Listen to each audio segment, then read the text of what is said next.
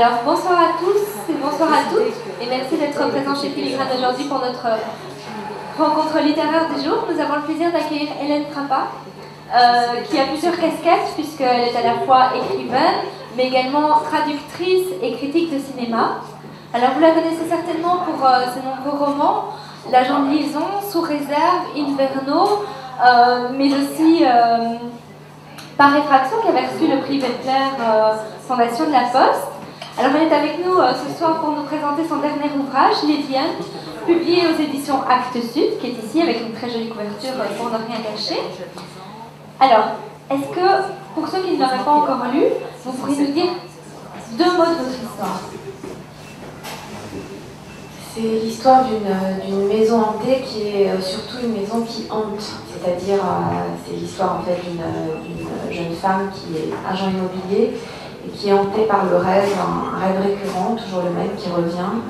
Et dans ce rêve, elle est transportée dans une maison extrêmement attirante, mystérieuse, qu'elle ne connaît pas, mais en même temps à laquelle elle se sent reliée par un sentiment de déjà-vu. Et donc ce rêve revient sans cesse, et il la trouble énormément, elle a envie de revenir dans le lieu du rêve et en même temps c'est un lieu qui se révèle de plus en plus dangereux.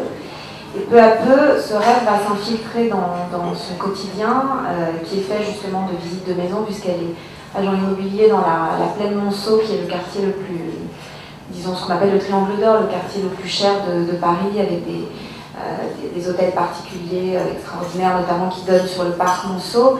Et peu à peu, pendant les visites d'appartements, elle va se rendre compte qu'elle est affligée d'une sorte de don qui se révèle assez vite une malédiction pour un agent immobilier, qui est de ressentir les traces que des présences passées ont laissées en certains lieux, les traces qui peuvent justement rendre certains lieux extrêmement dangereux et un peu vénéneux, disons. Et elle va enquêter justement, se demander si ce rêve qui revient est lié à une sorte de don qu'elle aurait, ou bien s'il n'est pas la première manifestation d'un mal terrible dont son père est mort et qui est un mal, une maladie qui se transmet génétiquement, dont peut-être elle a hérité.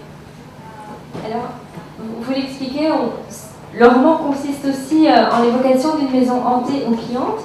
Et cette maison est légèrement décrite, mais on la voit directement. Vous avez un véritable don d'évocation. Votre sens visuel est extrêmement développé au point que le roman défile sous nos yeux un peu à la manière d'un film. Et comme vous êtes critique de cinéma, je me demandais si vous aviez eu, de manière consciente ou inconsciente, le désir de justement faire fusionner les genres, le cinéma et la littérature, dans une espèce de genre hybride qui serait un roman-film ou un film-roman, quelque chose comme ça. Oui, c'est exactement ça. Roman-film, l'expression convient bien. Avant d'écrire le roman en lui-même, je l'ai composé en quelque sorte pendant un an sous forme d'un film qui ne serait pas un scénario, mais qui serait vraiment un film comme un film qu'on se fait dans la tête, enfin qu'on voit, qui est très lié. Pour moi, le cinéma est très lié au rêve. C'est un peu la même chose d'entrer dans une salle de cinéma qui est une salle noire où il fait nuit et d'ouvrir les yeux sur quelque chose qu'on voit dans le noir, comme on ouvre les yeux la nuit. Sur ses rêves, je pense que les films sont des sortes de rêves, et donc je l'ai d'abord écrit comme ça, avant de l'écrire comme un roman. Et je le voyais se dérouler devant moi comme j'aurais, spectatrice, vu un film, avec du coup des images qui devaient être pour moi aussi fortes que celles des films qui peuvent me hanter. Alors, puisqu'on parle de cinéma, j'ai revu Blue Velvet très récemment, et évidemment quand j'ai lu le nom de l'héroïne, qui est Laura Kern, je me suis dit, est-ce qu'il serait possible qu'il ne s'agisse pas d'un clin d'œil à Laura Dern, qui est donc l'égérie du cinéma de David Lynch? Et est-ce que ce clin d'œil, qu'il soit déguisé ou non, et s'il existe, est aussi pour vous une façon d'inscrire le roman par son ambiance, justement dans le style de son cinéma qui est dangereux, mystérieux et souvent assez inexplicable? Alors c'est un clin d'œil de mon inconscient, c'est-à-dire quand j'ai choisi Laura Kern, je ne sais pas comment je suis arrivée à ce prénom, quelques mois plus tard, ça m'est venu soudain, je me suis dit zut, Laura Dern, j'ai beaucoup cette actrice en plus, mais ça me plaisait du coup, ça me plaisait que ça rime avec cette actrice que j'aime beaucoup. Alors c'est pas J'ai beaucoup aimé par exemple Mulholland Drive, il y a beaucoup de films de Lynch que j'aime énormément. C'est pas non plus l'univers dont je me sentirais le plus proche en tant qu'écrivain, disons, même si j'aime beaucoup ces films. Mais ça a à voir, oui, avec une sorte de film américain, plus qu'un film. Oui, c'est un livre qui ressemble en quelque sorte à ce cinéma-là, hein, plus à la série B, au cinéma fantastique, à ce genre-là de film, d'univers, oui. Et c'est vrai que dans Mulholland Drive, il y a une sorte d'indétermination entre le rêve et la réalité, quelque chose qui m'avait beaucoup touchée. Et il y a aussi tout au long du roman, et qui participe justement de cette impression d'étrangeté, tout le motif du double. Donc il y a deux sœurs, Laura et sa sœur, c'est aussi leur histoire qui est contée. Il y a deux maisons, la maison de l'enfance, qui est assez rassurante, et puis la maison maléfique, et puis il y a ces deux pans d'obsidienne. Donc il y a beaucoup de motifs qui fonctionnent par deux, et l'héroïne elle-même a tendance à se dédoubler dans le rapport au miroir, etc. Est-ce que ce dédoublement, en ce qu'il entraîne et amène une altérité, c'est votre façon de mettre de l'inquiétante étrangeté tout au long du roman, et aussi au cœur même de votre héroïne? En fait, j'y avais pas du tout pensé, mais c'est très juste ce que vous dites. Je pense que les femmes sont deux au minimum, enfin elles sont plus de deux, elles sont même assez multiples, elles sont toujours une multiplicité, donc ça a peut-être à voir avec ça. Le fait que, d'ailleurs c'est ce qu'on voyait bien dans le film de Lynch, que dans une brune il y a une blonde, dans une blonde il y a une brune, c'est le thème de Rebecca aussi, qui est un livre qui m'a beaucoup inspiré, où on voit bien que toute femme est hantée par une autre femme qui était là avant, qui est une figure à la fois désirable, inquiétante, menaçante. Donc sans doute ça a à voir avec ça. Et puis le fait aussi, ce sentiment, moi j'aime beaucoup cette idée quand on se regarde dans un miroir, on ne se reconnaît pas en fait. Et que plutôt que de chercher de chercher quelque chose de familier, on a un sentiment d'étrangeté, comme quand on voit une photo et qu'on ne sait pas qui est cette personne qui est soi, et qu'il y a une sorte de dissolution comme ça de l'identité qui est un peu la trajectoire de cette héroïne en effet. Puisqu'on en venait à parler de Rebecca, il y a quelque chose qui m'a extrêmement marqué dans le roman, c'est à quel point il fait référence à d'autres œuvres, qu'elles soient cinématographiques ou littéraires. On peut reconnaître une référence à Edgar Allan Poe, à Henry James, à Dino Buzzati, mais aussi à Daphné du Maurier. Est-ce que c'était pour leur rendre hommage, parce que vous vouliez vous inscrire dans une certaine lignée, dans un héritage, ou est-ce parce que vous pensez aussi que la littérature c'est une question d'intertextualité et finalement qu'elle est un petit peu comme une herbe de palimpseste? Non, pas du tout, parce que finalement, toutes ces œuvres que vous citez, Buzzati, c'est pour quel livre? C'est pour le cas. Ah oui. Non, en fait, moi je suis complètement amnésique en fait, donc toutes ces œuvres que je lis, je les oublie aussitôt et en même temps elles sont là, enfin quand elles sont fortes, elles sont là. Et par exemple Rebecca, je me suis rendu compte à la fin de l'influence de Rebecca, mais j'ai jamais pensé. Il n'y a aucun jeu, disons, d'intertextualité parce que c'est vraiment pas du tout mon truc en fait. Je suis une lectrice un peu compulsive, évidemment, ou une spectatrice comme ça. C'est plus, le cinéma m'influence beaucoup plus que la littérature. C'est-à-dire que je lis énormément, mais ce qui m'influence directement, c'est le cinéma.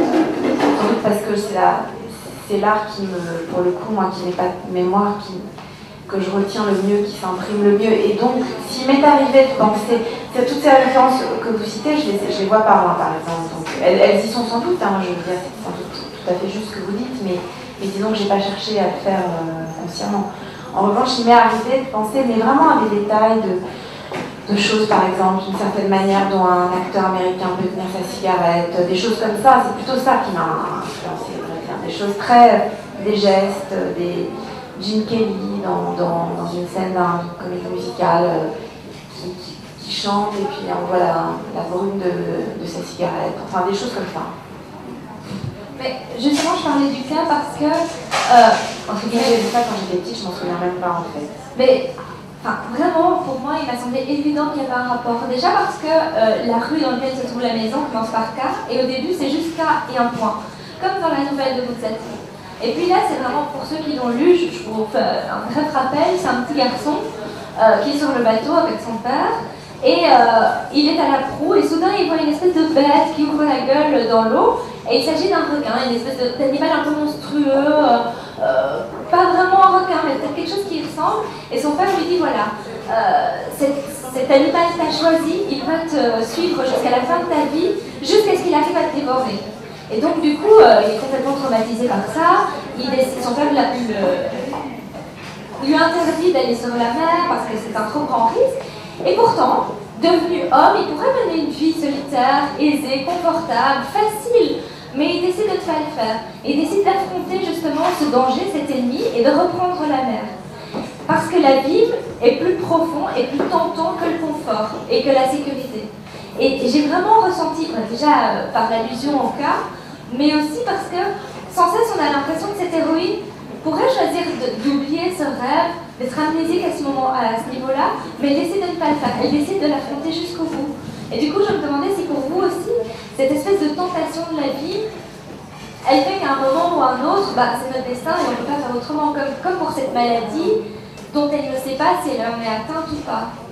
Oui, c'est une maladie assez terrifiante qui s'appelle la Corée de Huntington, mais qui pour moi était une sorte de vision agrandie de la condition humaine en fait. C'est-à-dire que c'est une maladie qui est génétique et quand les parents l'ont, les enfants ont une chance sur deux, enfin un risque sur deux de l'avoir à leur tour. Mais la particularité c'est qu'il est possible maintenant avec les progrès de la science de savoir à 18 ans, de faire un test pour savoir si on va développer cette maladie pour laquelle aucun remède n'existe. Donc si on va, pour reprendre votre image, être dévoré en quelque sorte par cette maladie, et ce qui signifie aussi connaître très précisément ce qu'aucun être humain ne connaît, c'est-à-dire la manière exacte avec laquelle on va mourir en fait. Donc,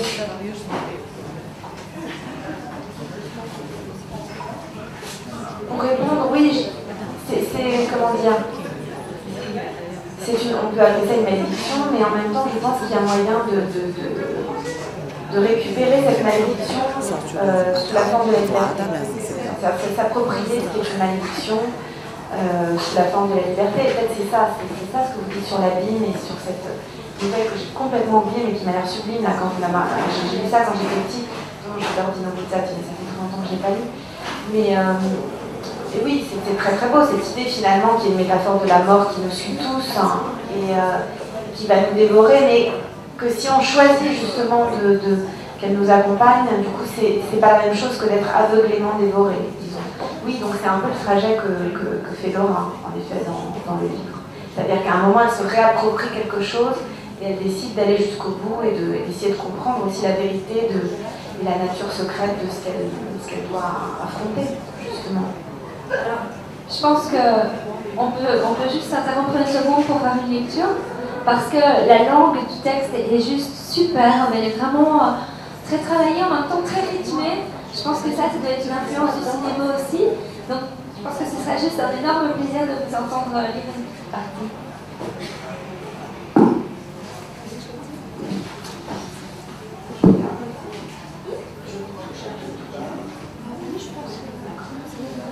Chapitre 40. La nuit noire, la nuit qui rend aveugle, la nuit qui rend fou, la nuit qui fait perdre les repères, qui égare sur le chemin des objets familiers, de la vie, des souvenirs. Je glisse le long des murs à la recherche des chambres. Les murs sont courbes, une planète fuyante. Soudain la planète se dérobe, le vide me fait perdre l'équilibre. La porte est un trou plus obscur que la nuit, un puits d'ombre. Je ne connais rien, je ne sais plus qui je suis. Toute épreuve est un message qui nous est envoyé. Il faut apprendre à sentir. Vous êtes reliés. Il faut l'accepter. Le régisseur a-t-il prononcé ces paroles ou bien est-il en train de nous guider au loin en ce moment? Je vais l'appeler. Lui saura où a disparu l'enfant. L'enfant a disparu. L'air me manque. Le téléphone est au fond de ma poche. Air comme régisseur. Rien ne se passe. Aucune sonnerie ne résonne dans le noir. Réseau indisponible. L'écran est figé sur un message du patron. Donne-moi ton emploi du temps. Rue du Général Aubé, le temps s'est arrêté dans la zone obscure d'où personne ne m'entend. La porte d'entrée. Je vais chercher des secours, trouver de la lumière, faire entrer en ce lieu maudit un humain qui n'a pas le don, qui voit son reflet dans les miroirs, qui n'est pas en danger les enfants. Qu'est-ce que je vais dire à ses parents? Votre enfant a disparu. Où? Je ne sais pas. Comment? Je l'ignore. Pourquoi? À cause de moi. J'ai retrouvé la porte d'entrée à tâtons. Je tourne la poignée ancienne en fer. Rien. Je secoue la poignée. Rien encore. Je sors la clé de ma poche et l'introduis dans la serrure plusieurs fois. Je tremble de chagrin et de peur. La clé n'ouvre pas. La clé n'ouvre pas. Dehors n'existe pas. Il n'y a plus qu'un seul monde, un piège vide et noir, une prison. Combien de temps suis-je restée devant la porte? Une minute, une nuit, une vie. Dans ce monde où seul existe l'absence, jamais Arthur ne reviendra.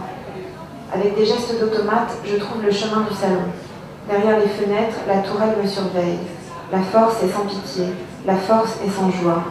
Je ne veux pas survivre à la perte de l'enfant. Entre les cheminées, au milieu du salon, dans l'appartement hostile, tout recommence. Comme au 31 avenue des Ternes, l'image floue d'Arthur apparaît dans le miroir en face. Elle se matérialise peu à peu, d'abord le corps, puis les contours du visage, en dernier les yeux. Son regard a changé. Des cernes violâtres soulignent la pâleur de sa peau. En me retournant pour le prendre dans mes bras, je vois un seul reflet, le mien, sans celui de l'enfant. Du mouvement de mes bras autour de lui, le miroir restitue une forme vide, le creux d'une absence. Nous sommes sortis, l'enfant vieilli agrippé à moi, la démarche lente. La porte s'est ouverte sans besoin de clé. Rue du Général Aubé, le jour s'éteint. Les filaments roses du crépuscule s'accrochent aux cheminées des immeubles. Quelques minutes à peine viennent de s'écouler qui m'ont paru une vie. La lumière blesse mes yeux. La rumeur des humains blesse mon cœur. Toujours enlacés, nous nous affaissons sur la banquette arrière d'un taxi. Alors, merci d'abord. Et puisqu'on parle de la disparition de l'enfant, il y a une question qui m'a turlupiné dès le début. C'était de savoir si vous aviez construit votre roman comme un conte.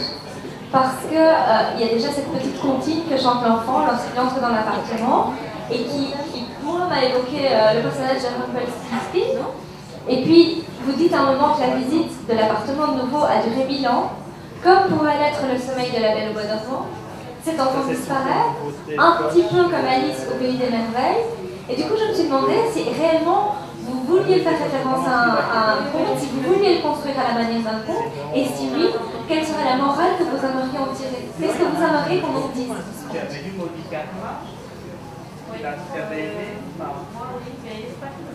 La morale serait tordue, je ne sais pas, je vais essayer de la trouver.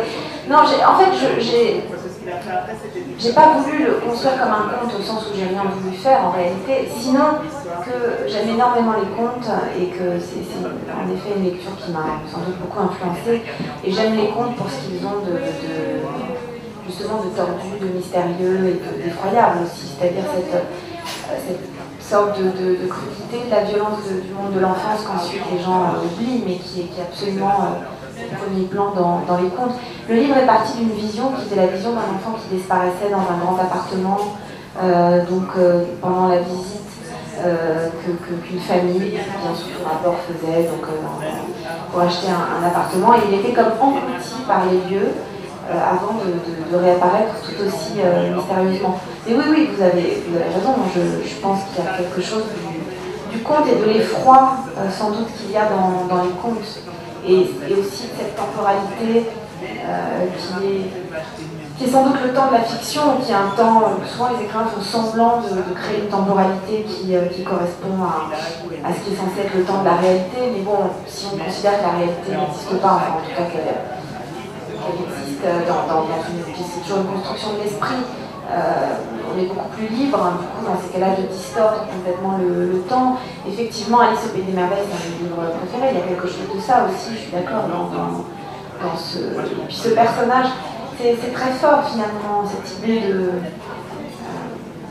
c'est une idée simple finalement que les enfants ont quelque chose, un savoir, que tous les enfants, pas seulement le petit garçon qui a un don de cette histoire, mais tous les enfants et tous ceux qui ont été enfants ont un savoir qu'ensuite qui est recouvert souvent, parfois qu'ils oublient, qui est ensuite assez dévalorisé d'ailleurs, on considère que ce savoir n'a pas d'intérêt, qu'il faut l'oublier quand on va à l'école, etc. Et ce savoir, il est là, il est présent, il est très fort, et quand on écrit, on est en contact avec ce savoir-là. C'est aussi ce que ça raconte, mais ça c'est ce que racontent tous les contes, puisqu'ils nous livrent ce savoir-là de manière absolument littérale. Et en même temps terrifiante. Il y a Barbe Bleue aussi dans cette histoire. Et c'est intéressant que vous parliez de la temporalité parce que justement, le rapport au temps m'a semblé très problématique. D'un côté parce que vous faites référence clairement à l'immobilité glaçante de l'enfance, là je vous cite, mais aussi à la programmation de l'avenir que semble lui promettre la maladie. Si elle est au courant, elle sait qu'elle va dégénérer, elle sait qu'elle va mourir assez proche, de façon assez proche. Et du coup, je me demandais si votre volonté, et si c'était aussi l'enjeu de montrer que, voilà, le temps c'est quelque chose que l'on peut distordre, mais c'est aussi quelque chose qu'on peut remettre dans ses gonds. À un moment, de décider qu'on peut passer à autre chose qu'être dans l'immobilité ou qu'être dans la programmation. Comme Hamlet, le temps est sorti de ses gonds. Oui, le temps sort de ses gonds quand on est dans... Oui, dans Hamlet, dans toutes les pièces de Shakespeare, c'est la tragédie familiale qui fait que le temps sort de ses gonds. Et là, effectivement, il y a une tragédie familiale, mais il s'agit de la réapproprier en faisant quelque chose, sans doute, oui, qui du coup redonne accès sans doute à la temporalité, parce que c'est vrai que c'est un personnage au début qui est quand même elle est un peu larguée, enfin, elle est un peu à la masse. Et elle est un peu aussi en dehors du temps, elle a un espèce de vieille imperméable qui est trop grande pour elle, qui était à son père, elle flotte un peu, disons. Elle flotte un peu dans l'espace et le temps, et il s'agit, oui, sans doute de s'inscrire à un moment dans le temps, c'est aussi ce que ça raconte. C'est une des clés pour reprendre, parce que maintenant que j'y pense, comme c'est vrai que j'oublie un peu les choses au fur et à mesure, il y a un conte, pour le coup, quand même, que j'ai relu volontairement, qui était par ça, oui, à cause des histoires de clés, parce qu'il y a beaucoup de clés dans le roman, voilà. C'est vrai que j'avais toujours été fascinée, et même à chaque fois que je le relis, j'ai du mal à trouver exactement la signification de cette clé d'Achétisson, qui est quelque chose de très belle qu'il y a dans Barbe Bleue, finalement, qu'on peut toujours, enfin, l'héroïne peut ouvrir la porte avec sa clé, le problème c'est qu'une fois qu'elle l'a fait, la clé revient d'Achétisson. C'est aussi la marque du temps d'ailleurs, c'est-à-dire quelque chose s'est inscrit sur la clé qui ne part pas et qui la menace.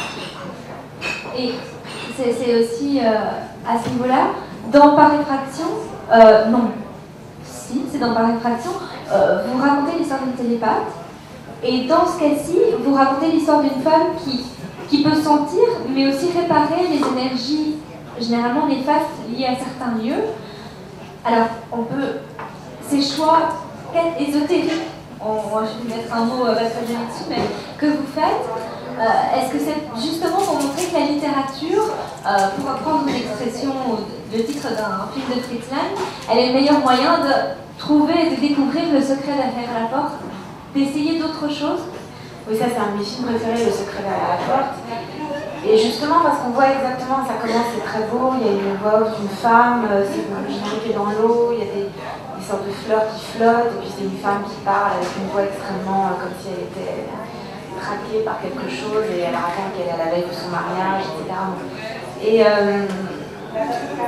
oui, c'est cette. D'ailleurs, c'est drôle parce que dans Par effraction, il y a deux personnages, une qui est télépathe, l'autre qui s'appelle Aurore, et en fait, je ne m'étais pas rendu compte que le personnage de La Belle au Bois dormant, voilà, plutôt la fille de La Belle au Bois dormant, d'ailleurs, s'appelle Aurore. Pour moi, il n'y a pas, comment dire, je ne crois pas tellement au genre fantastique au sens où je pense que tous les romans s'inscrivent dans ce genre-là, dès lors qu'il s'agit de proposer une réalité parallèle à la réalité. Donc, d'une certaine manière, je pense que, comme dit Stephen King, qui est un écrivain que j'aime beaucoup, je pense que l'écriture, ça a à voir avec la télépathie. Il s'agit de se mettre dans la tête de quelqu'un, d'entrer dans la tête de quelqu'un qui est votre personnage, qui a un acte de concentration comme ça. Donc quand il le dit pas, même s'il a fait des romans fantastiques magnifiques d'ailleurs, mais il ne s'agit pas d'ésotérisme, il s'agit vraiment de la réalité de ce que c'est, ou ce que dit Patrick Modiano quand il parle de la concentration qu'il faut pour écrire, pour se concentrer pour devenir quelqu'un qui n'est pas vous, avoir une sorte d'absolue empathie pour parler comme si on était cette personne. Et en même temps, oui, c'est la création d'une réalité parallèle. Donc on ne va pas faire semblant de s'inscrire dans la réalité. La représentation, c'est déjà quelque chose qui est plane, quoi, au fond. Donc, et c'est aussi pour ça que les livres, pour moi, sont des sortes d'abris, de maisons, de refuges, c'est une sorte de refuge aussi contre la réalité, parfois. Pas seulement contre, mais aussi. C'est pour ça que les maisons me fascinent tellement, finalement. C'est aussi les livres aussi sont des maisons. Donc pour moi, cette espèce aussi de dialogue avec les morts, avec ce qu'on appelle les fantômes, etc., c'est presque quelque chose que tout le monde a en réalité. Il ne faut pas mettre derrière ça une réalité qui peut effrayer ou paraître un peu barrée, etc., un peu dingue. C'est quelque chose, c'est simplement d'être attentif aux traces que le passé a laissé en nous, qu'il a laissé dans les lieux.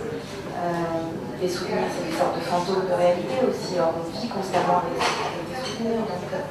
Donc le don qu'elle a finalement, cette femme, c'est d'être très sensible à tout cela, et puis d'en avoir peur au début, et puis d'accepter à un moment de communiquer avec, comme le font les enfants spontanément, de communiquer avec des créations imaginaires, etc. Et pour autant, on ne dit pas ils sont dingues. Mais voilà, c'est ce don-là, en quelque sorte, mais qui pour moi a à voir avec celui de l'écriture, d'entendre des voix aussi, en quelque sorte, absentes. Et puisqu'on parle d'entendre des voix, le roman est tout à fait concentré autour du rêve, puisque c'est lui qui donne à l'héroïne l'influence ou l'idée justement qu'il y a quelque chose de secret auquel elle doit se confronter. Et comme Lady Charlotte, qui est au cœur du roman, qui est à moitié malade d'ombre, on pourrait dire qu'elle est à moitié malade de rêve. Et je me demandais si vous n'aviez pas aussi, dans votre démarche d'écrivain, tenté d'engluer quelque part le lecteur un petit peu à la manière de l'héroïne, c'est-à-dire que le roman est très onirique, il est très arachnien, il y a plein de motifs qui se répondent, c'est vraiment hyper bien construit. Et je me demandais si vous n'étiez pas en train de construire une espèce d'énorme palais des glaces dans lequel l'héroïne à un moment se perd, mais nous aussi. C'était comme pour nous entraîner dans son rêve, de nous faire pénétrer dedans. Et si c'est le cas, c'est extrêmement réussi. C'est une très belle lecture, mais en effet, moi j'ai toujours cette espèce de fantasme un peu sadique même, qui est d'emprisonner le lecteur dans le livre, oui, c'est-à-dire qu'il commence à lire et qu'il ne puisse pas le lâcher. Et donc j'ai travaillé aussi beaucoup la construction comme ça pour produire une sorte de sortilège. Et puis c'est vrai qu'il y a un moment, pour moi les livres que j'ai aimés énormément, ou les films que j'ai aimés énormément, deviennent des sortes, c'est pas cette expression de palais des glaces, mais de réalité parallèle où j'ai vécu le temps de la vision, de la lecture, peut-être plus intensément que dans ce qu'on appelle la vie ou la réalité. Donc oui, le but c'est ça. Le but c'est de recréer ça chez le lecteur. Oui. Alors, j'ai une dernière question. Si c'est le cas, vous m'impressionnez beaucoup, mais à un moment, l'héroïne se pense atteinte de la Corée de Huntington, qui est donc une maladie qui crée chez le sujet une espèce de déstabilisation, qui lui donne une démarche pareille à celle d'un ivrogne, par exemple, d'où la Corée, puisqu'on a l'impression qu'il danse. Et à un moment, l'héroïne, Laura Kern, parce que j'adore ce nom, s'achète des Salomé rouges. Alors, est-ce que c'est un hasard? Ou est-ce que vous l'avez pensé parce que Salomé, c'est l'héroïne biblique qui fait la danse des étoiles, d'où la Corée, et que les souliers rouges, c'est aussi le titre d'un conte d'Andersen, ce qui de nouveau nous ramènerait à toute cette structure du conte qui est au cœur du roman. Est-ce que c'est inconscient ou est-ce que vous l'avez en plus prédit et c'était juste incroyable? C'est complètement inconscient, mais en même temps, c'est fatal, quoi. C'est ça qui est beau quand on écrit. Et c'est d'autant plus fatal que je n'avais pas de Salomé rouge, enfin même Bordeaux, quand j'ai écrit Couleur sang, en fait. Le livre, celle-là, et que par hasard, un jour, d'ailleurs à Bordeaux, je présentais, je faisais une lecture du livre, je suis tombée en vitrine devant une paire de chaussures qui correspondait tellement exactement à ce que j'avais écrit, je les ai achetés, j'étais obligée, même si c'est difficile de marcher avec, mais ça n'a aucune espèce d'importance. On marche avec dans une autre réalité parallèle. Mais voilà, je pense que quand il y a une sorte de nécessité, tout se répond finalement. Et les livres, pour moi, ce qui m'intéresse, c'est de créer comme une sorte comme en musique, en fait, une chambre d'écho, vraiment. Et quand on est entraîné soi-même dans une sorte comme ça de mouvement, qu'on est soi-même hypnotisé par le récit, tout va se répondre. Et rien n'est voulu, finalement. Sinon, moi, j'aime pas la sentir quand les choses ont été concertées. Voilà. Là, évidemment, qu'il y a une construction que j'ai d'ailleurs beaucoup plus travaillé que d'habitude, mais c'est un côté un peu architectonique, architectural, mais il y a des choses comme ça, oui. Et c'est vrai que les chaussures sont rouges, en même temps, j'aimais qu'elles soient rousses, je l'ai vu rousse, oui. À partir de là, la couleur rouge est venue, c'est la couleur du sang. C'est un roman gothique, donc c'est traversé par le sang, donc les chaussures sont rouges. J'avais revu le film Les choses sont rouges, évidemment il y a le compte. Voilà, et tout est venu comme ça, mais avec beaucoup de choses complètement en aveugle en fait. Je vous dis, c'est comme le cinéma finalement, c'est-à-dire c'est entrer dans une salle noire et avoir des visions, mais c'est dans le noir en même temps. En tout cas, j'ai été vraiment sidérée par ce talent que vous aviez de mettre en scène une infinité de motifs, tous symboliques, tous très signifiants, et en même temps de parvenir à les faire se répondre, alors qu'il y a plusieurs thématiques en jeu. Il y a toute la thématique de la maladie, du temps, de l'identité, du maléfice. Enfin, c'était extrêmement bien fait, vraiment magnifiquement écrit. Donc, je pense que je dois inviter toutes les personnes présentes dans cette librairie, écoutez-moi bien, à acheter votre livre, parce qu'il est juste, vous êtes une écrivaine brillante. Ça fait du bien d'avoir un roman audacieux, construit et maîtrisé pendant la rentrée littéraire, quand on a droit à plein de trucs ultra classiques et pas super intéressants. Donc ça, vraiment merci pour ça. Merci d'être venu, merci de m'avoir consacré votre temps. Et puis j'espère que vous tous vous viendrez auprès d'elle, que vous lui poserez des questions, que vous ferez dédicacer votre livre, et puis surtout que vous essayerez de l'interroger sur les multitudes de pistes intéressantes à explorer. Donc merci mille fois. C'est très très beau d'aimer un auteur et de le rencontrer et de se rendre compte qu'il est encore plus intelligent que ce qu'on pensait. Donc c'est vraiment génial. Merci.